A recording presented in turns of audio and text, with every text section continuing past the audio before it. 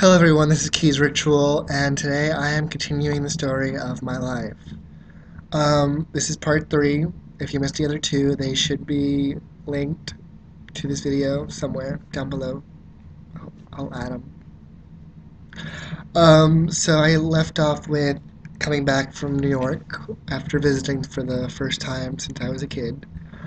Um, so I came back and I wasn't quite satisfied and I really wanted to move back, but I don't think I was ready. So, about a few months later, I finally came out as being gay. If you didn't know I was gay, pay more attention.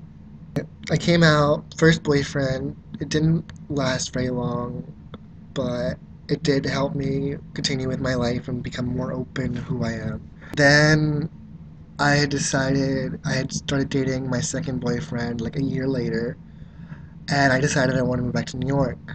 But I sort of kept it internalized and talked with my father about it, and he said he would keep a room for me so that I had somewhere to be when I came there. And then my grandfather got very ill, and so I postponed everything. I was like, I cannot move at this point. My grandfather was in the hospital. He was in the hospital for about 3 months, 3 or 4 months, and at this point is when I got my second boyfriend, was while he was in the hospital. Like people would keep visiting us, like family, friends from New York would come visit just to talk with him.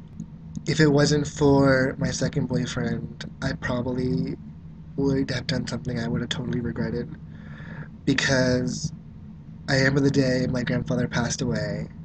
It was one of the hardest days of my life. I was so depressed, and like, this is really hard to talk about. I remember them saying that they literally could do nothing more for him and they had to pull the plug. And I had been dreading this for quite a while.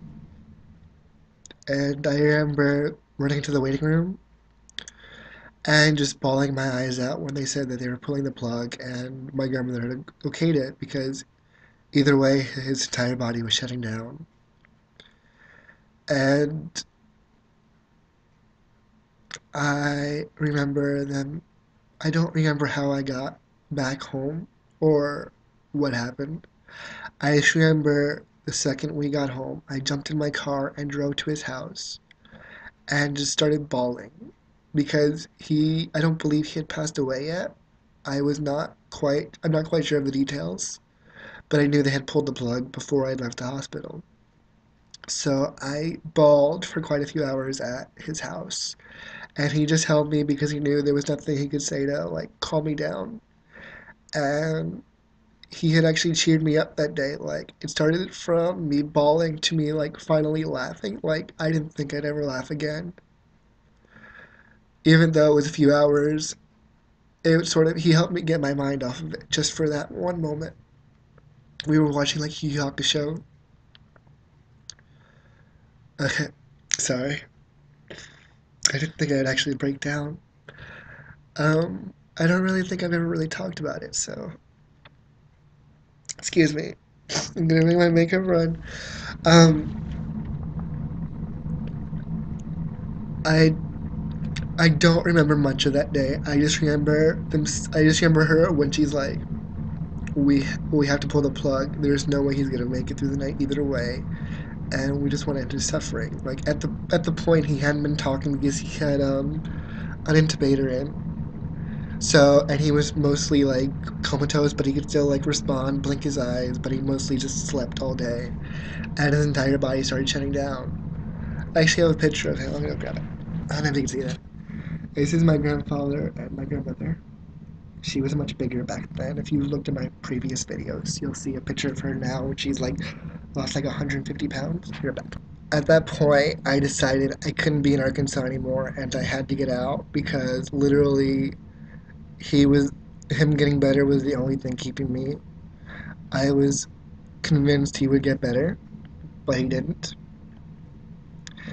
Um, about a month later, I decided I have to go. Well, Actually, I think it was a few days after he passed away. I was like, I have to go, but I was gonna like plan it for a month. But then I decided I needed to go sooner, and I talked to my boyfriend at the time, and we're like, we have it's not gonna work, especially since I had to move, and we weren't exactly the closest at the time, probably because I was so emotionally distraught at the time because of everything that had happened that it just wasn't working. But I was okay with that. Like, if he is watching this, which I doubt, since I don't even have him on Facebook anymore because he deleted it, not because he like blocked me and we had a weird thing now. We're still friends. I should text him. But anyway, uh, so I packed up my entire room because I had planned to move out there fully and put it all in boxes and packed my luggage that I can carry and got on a plane. I had planned to make money and come back and get my stuff, which it's still here. I got on a plane, I think.